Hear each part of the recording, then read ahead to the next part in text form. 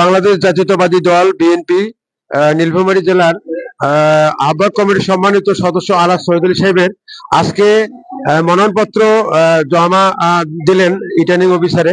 সেখানে মনোনয়নপত্র জমা নিলেন জলঢাকা নির্বাহী অফিসার মহোদয়। আমি জলঢাকা মনোনয়নপত্রের যে প্রার্থী ওনার সুযোগ্য পুত্র এম শরীফুল ইসলাম বাবুর কাছে আমি একটু জিজ্ঞাসা করি যে উনি কয়টার সময় মনোনয়নপত্র জমা দিলেন এবং কতজন সদস্য সেখানে গিয়ে মনোনয়নপত্র জমা দিলেন।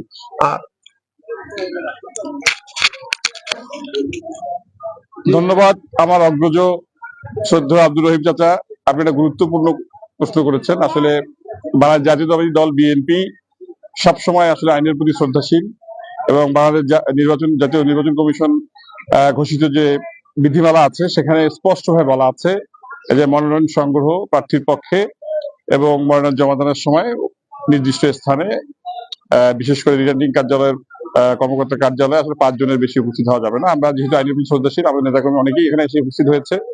আমরা এখানে এসে একটা সংক্ষিপ্ত আলোচনা এবং দোয়ার মাধ্যমে এখানে আলোচনা শেষ করে সবার কাছ থেকে দোয়া নিয়ে অনুমতি নিয়ে আমরা আসলে 3:57 বাংলাদেশ জাতীয়তাবাদী দল বিএনপির পক্ষে নীলফামারী 3 জলঢাকা আসনে আলাস চৌধুরী সাহেব তার মনোনয়নপত্র আসলে আজকে এখানে জমাদান করেন।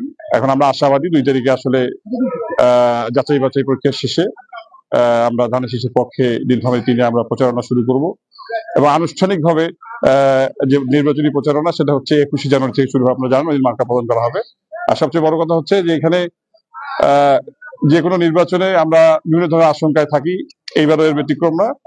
তবে বিএনপি পক্ষ থেকে আমি প্রার্থীর প্রধান নির্বাচনী এজেন্ট হিসেবে নির্বাচনী কর্মকর্তা এবং ইউনো সাহেবকে বলেছি যে আমরা বাংলাদেশ জাতীয়তাবাদী দল বিএনপি 100% নির্বাচনী আচরণ বিধি প্রতিপালন করব এবং আপনাদের কাছে আমাদের অন্য কোনো কিছু চাওয়ার নাই। আপনারা আমাদের সাথে নিরপেক্ষ আচরণ করবেন এবং অন্য সকল দলের সাথে যেন এই শতভাগ আইনি প্রক্রিয়া তারা মেনে চলে, এইটার আপনার যে সরকারি যে দায়িত্ব আছে, সাংবিধানিক দায়িত্ব আছে, সেটা আপনারা পালন করবেন।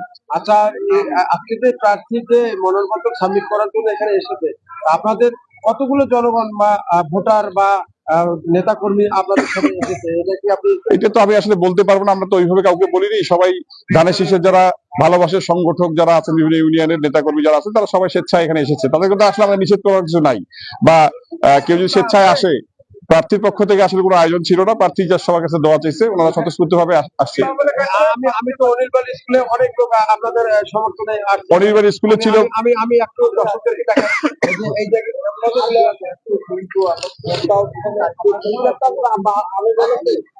এই যে অনেকগুলো লোক। আচ্ছা, আমি আমার মনে হয় এর থেকে একটা গুরুত্বপূর্ণ প্রশ্ন আপনাদের আছে, সেটা আমি আসলে উত্তর আজকে দিয়ে দিই। যেটা আমাকে অনেকেই ঢাকায় থাকা অবস্থায় আপনারা প্রশ্ন করছিলেন যে আলাস চৌধুরী সাহেবকে আমাদের আগামীর প্রধানমন্ত্রী বিএনপি ভারপ্রাপ্ত চেয়ারম্যান তারেক রহমান ফোন করার পরেও ওনার মনোনয়ন আসলে ইয়াটা এত দেরি হচ্ছিল কেন। এখানে বিষয়টা হচ্ছে আমাদের বিএনপির নেতাকর্মীরা যতখানি এর জন্য আশাহত ছিল, আর একটা বিভিন্ন প্রতিপক্ষ রাজনৈতিক দল, শিষ্টাচার বিবর্জিত রাজনৈতিক দল, তারা নিজেদের আসলে নির্বাচনী কার্যক্রম কিভাবে এটা বাদ দিয়ে এখানে ধানের শীষে কে পেলেন, আমাদের পার্শ্ববর্তী এবং খালেদা জিয়ার যিনি ভাগনা বড় বোনের ছেলে, তাকে তো অস্বীকার করার কিছু নাই। উনি রাজনীতি করেন, সবসময় শাহরিয়ার ইসলাম তৈরি, তাকে নিয়েও দলীয় মনোনয়ন নিয়ে অন্য দলের অভ্যন্তরীণ বিষয় নিয়ে তারা কথাবার্তা বলছে। এখানে আলাস চৌধুরী সাহেবের মনোনয়ন কিন্তু আসলে চূড়ান্ত ছিল এবং আমরা বিগত 6 মাস থেকে ওনাকে যখন ডাকা হয়েছে, বিভিন্ন কারণে আমাকে ডাকা হয়েছিল, আমাদের কিন্তু এখানে আলাস চৌধুরী সাহেবকে মনোনয়ন দিতে হবে এরকম কোনো দাবি ছিল না। আমরা যে দাবি করছিলাম যে আসলে ওই জোটের কারণে ম্যাডাম বিভিন্ন কারণে নর্থ বেঙ্গলে যে 21-22টা সিট সবসময় জামাত ইসলামকে ছেড়ে দিত, এইসব জায়গায় প্রায় অধিকাংশ জায়গায় আমাদের সংগঠন খুব দুর্বল হয়ে গেছিল। তখন আওয়ামী লীগ বিরোধী জোটের কারণে ম্যাডাম এই সিদ্ধান্তটা হয়তো নিছিল, কিন্তু আস্তে আস্তে এই জোটকে বেশি প্রাধান্য দিয়ে কিন্তু এই সিটগুলোতে বিএনপির দলীয় শক্তি কিন্তু দিন দিন ক্ষয় হয়ে যাচ্ছিল এবং তার সব থেকে বেশি দুরবস্থা ছিল জলঢাকায়। আমরা বলছিলাম যে আপনারা Nilphamari 3-এ it should not be Alas Choudhury, it may be any other else, but there should be a candidate from BNP. এটা আমি আমার জায়গা থেকে, আমার আব্বার জায়গা থেকে সব জায়গায় বলছি, ওখানে বিএনপির একজন প্রার্থী দেন এবং ধানের শীষের ক্যান্ডিডেট দেন, সেটা আলাস চৌধুরী সাহেবকে দেন, XYZ যাকে দেন। তো ওনারা বললো যে ভাই, আমাদের মনোনয়ন যে প্রক্রিয়া, আপনি এত চিন্তা করতেছেন কেন? এখানে তো আলাস চৌধুরী সাহেব ছাড়া বিএনপির কেউ নাই। এবং আসলে বাংলাদেশ জাতীয়তাবাদী দলকে আমার ধন্যবাদ জানাতে ইচ্ছা করে এই কারণে যে ওখানে ওনারা যে পার্সেন্টেজ দিচ্ছে, এখানে সত্য কথা বলছে, দল যে এখানে দুর্বল, এখানে ব্যক্তি আলহাজ শহীদুল সাহেবের, আমি আসলে সংখ্যা বলতে যাচ্ছি না, ব্যক্তি আলহাজ শহীদুল সাহেব ভোটের পার্সেন্টেজ বিএনপির থেকে অনেক বেশি। তারা দেখছে যে বিএনপির কত পার্সেন্ট ভোট আছে, আলহাজ বিভিন্ন কারণে এখানে দলের ভারপ্রাপ্ত চেয়ারপারসন তাকে কিন্তু অনেক আগেই প্রার্থী হিসাবে মনোনীত করছে। এখন এখানে জোটগত কারণে, দলের কৌশলগত কারণে তারা কখন এখানে প্রার্থী ঘোষণা করবে, কিভাবে করবে, কি অবস্থায় করবে, এটা দলের অভ্যন্তরীণ ব্যাপার। এটা তো দলের একজন নিবেদিত কর্মী হিসেবে, দলের প্রার্থী হিসেবেও কিন্তু আমরা সরাসরি যে প্রশ্ন করতে পারছিলাম না। কিন্তু আমার কথা হচ্ছে যে এখানে রাজনীতি হবে রাজনৈতিক শিষ্টাচার মেনে। এখানে বিএনপির প্রার্থী কে হবে, সেখানে বিএনপি নেতাকর্মীর থেকে অন্য দলের যে এই যে ব্যঙ্গ করা, ভোটারদেরকে উত্ত্যক্ত করা, সরাসরি টার্গেট করে একটা প্রার্থীকে টার্গেট করে তার বিরুদ্ধে প্রচারণা চালা, এটা এই ধরনের রাজনৈতিক পরিবেশ আমরা চাই না। এবং এই ধরনের রাজনৈতিক পরিবেশ যাতে আগামীতে না থাকে, সেই জন্য আলহাজ শহীদুল হিসেবে ভোট করা।